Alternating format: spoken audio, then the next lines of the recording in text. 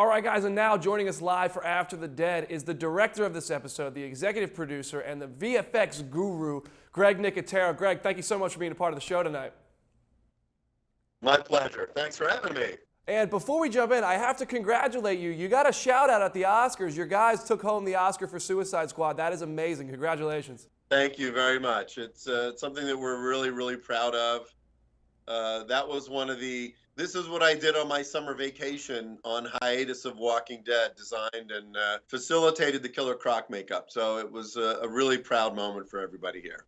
That is awesome. But we have to talk about tonight's episode, this Say Yes episode, Rick and Michonne on an adventure. It was a really emotional episode. We had moments between Rick and Michonne, Father Gabriel and Rosita, even Tara and Judith. I'm wondering, of all those moments, what do you think were the most important? How do you go about balancing the episode so well? Well, this was an interesting episode because the tone was very different than anything that we'd really done before. We really wanted to establish the real chemistry between Rick and Michonne. There's always so much, there's so much going on that I felt like my job on this episode was really to make sure that chemistry came out and also to feel that connection. The beginning of the episode when they're driving around and Rick's like, oh, come on, let's just stay out for another day. It'll be fine. And there really is an opportunity for them to be a little more lighthearted with each other, so that when you get to that moment 3/4 of the way through the episode and you actually for a split second think that Rick might have been torn apart by walkers, it literally hits the brakes on everything. Yeah. The entire episode slams to all, and Michonne realizes that, you know what, this is all great, but I could have just lost somebody. As much lightness that we had and as much fun as we had with killing these walkers, it could all get taken away in a split second. And I don't think Michonne ever really believed that either of them were really in any danger. So when that sort of slams her back into reality. So it was really a great episode to direct. And for me, letting Denai and Andy have fun with it. And one of my favorite scenes in the episode is when they're behind the dumpster right before they lay siege to the walkers in the carnival area. And it's funny that they're figuring out the plan, and Rick's like, I'm going to take the car, I'm going to move it into the gap, and you take care of those 8. And she's like, you're going to leave me with 8? And he's like, yeah, I'm going to be, because we don't be quiet. You got this. You can handle 8. And the look that she gives him, it's really fun. And we played a lot with the tone in this episode, and I think that we found the right balance, because it's really critical to make sure that the chemistry and the connection between the two of them is well served in the episode. Right. And in those moments, it seems like maybe we're getting the old Rick Grimes back. He's so confident and he's so just ready to go, do whatever he wants to do. That leads me to 2 questions. Is the old Rick back, and is he going to grow the beard back to prove it?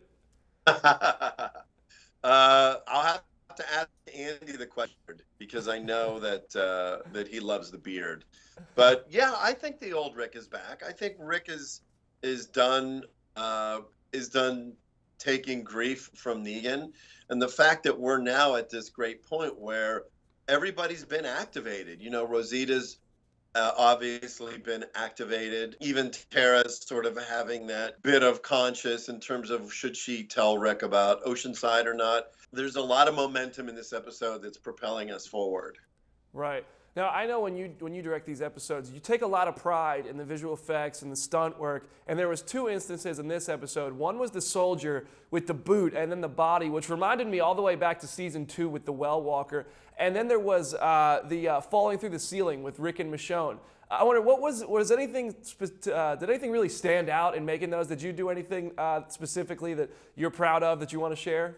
Well, that sequence, specifically the walker on the hood of the car, we really wanted to build that gag. So Rick looks in and the walker comes to life, but Rick has the axe in his hand, so he can't chop the walker in the head.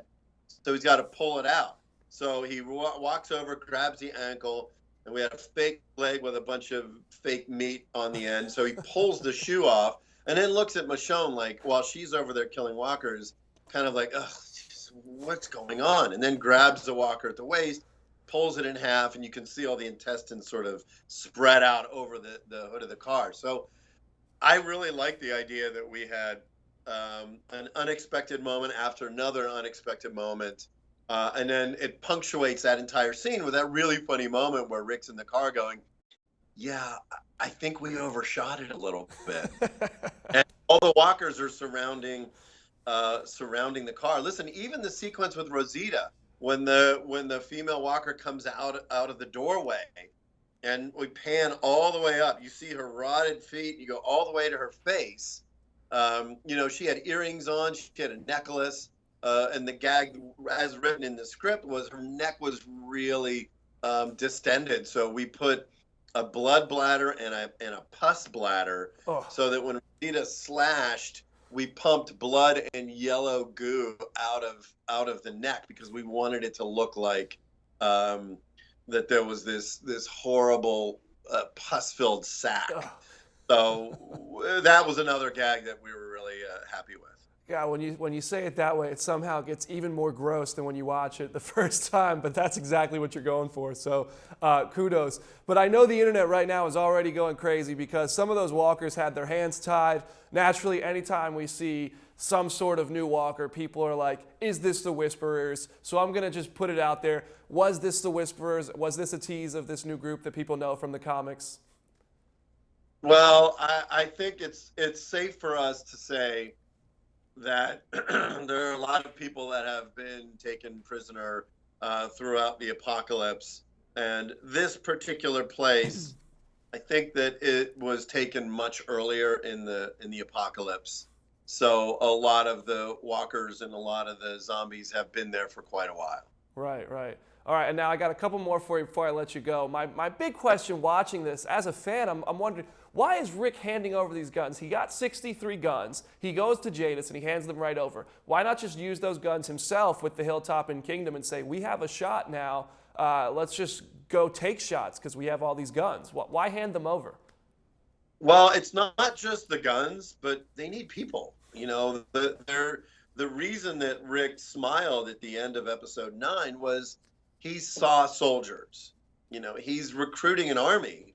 And when he went to the kingdom and then he met the people at the heaps, as far as he's concerned, he needs numbers. There's Negan's got a lot of people. And that's really important. It's not just about guns. It's about building an army. And that's what Rick is doing, Right. I can't wait to see that army fully formed. But Rosita and Sasha have a plan of their own to end this episode. What's going on? What are they? They actually think they can accomplish this mission of assassinating Negan, or are they willing to sacrifice themselves to do it? Well, we've watched both of these women reel from the death of Glenn, the death of Abraham. Of course, Rosita is activated because of what happened at the end of episode 8, where she uses Eugene's bullet. So as far as she's concerned, she's on this path of, I got nothing to lose. Everything that I did, what I did in terms of trying to kill Negan and doing it unsuccessfully, has launched her into this direction where she's a bit reckless. I mean, you can see when she finds that toy gun and holds it up and there's the little orange plug in the end, that she's upset. She is willing to go out there and do what it needs to be done, whether anybody else is with her or not. Right. But when she goes over and she sees Sasha at the end, she's kind of sick of waiting. She's ready to go. And I think that she knows that Sasha also, because of Abraham and because of everything Sasha's been doing, that she has an ally. Mm-hmm. And I've loved the development of Rosita, and I know a lot of people are getting aggravated with the character because she is so cold and distant from everybody, but I think it has been awesome what you guys are doing with her, especially the line in episode 709 where she looks at Sasha and she's like, we had sex with the same dead dude. It doesn't make us friends. I'm like, wow, Rosita is really just going full heel turn here, and it's great. She feels that her actions resulted in the death of Olivia, and she watched Spencer die. So clearly she's on she's on a great trajectory, and I really like what Christian has done. I like what Sonequa done. Listen, the second half of the season, I always love what we do on The Walking Dead because we set everything up in the first half of the season, and then we sort of start, putting the gas pedal down, Yeah. and seeing Rick as old Rick Grimes and being like, that's the guy that we have wanted to see and that we love seeing. And the fact that we get a chance to see a lot more Daryl, we get, it's really great. These episodes are really sort of fulfilling. Yeah. This journey that we dragged our audience down into these deep dark places in the first half of the season to serve this redemption, and it's really important that that our audience understands that. Listen, sometimes you're watching something that might be uncomfortable, but there is a means to the end, and the satisfying aspect of these episodes is because we built to it. Right. And it almost feels a bit nostalgic, but like you said, it's a means to an end. And speaking of the end, you direct the season 7 finale. I'm wondering, I don't want spoilers. I like to keep myself spoiler-free. But what can you tease about how this season is going to end?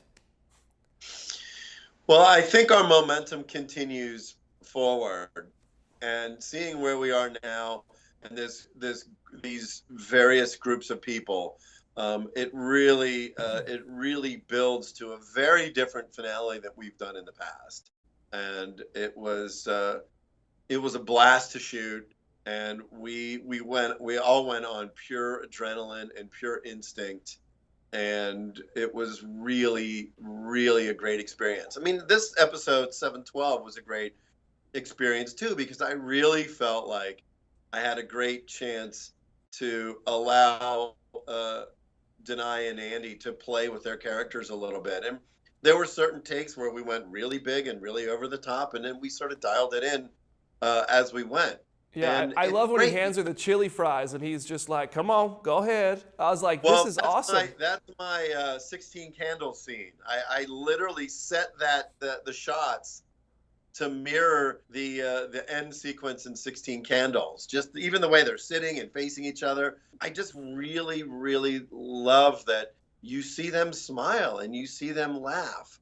Yeah. And it really is the first time, in my opinion, that we've seen these two act like a couple. They're on a honeymoon, I mean, they're out and they're doing their thing, and they're raiding these houses, and they're getting it on in the van, and a lot of it is, okay, no one's around. Let's actually get a chance to be ourselves for a little bit. So we had a lot of fun, and I know they had a lot of fun with the episode. And I had a lot of fun watching it. I'm sure everyone who's watching right now will agree this was a lot of fun, and we cannot wait to see what you have in store. But thank you so much for tonight's episode, and thank you for joining us on After the Dead. This has been a blast. Thanks, man. I'm happy to do it. Appreciate it. Thank you so much. I'll talk to you soon, Greg. All right. Take care.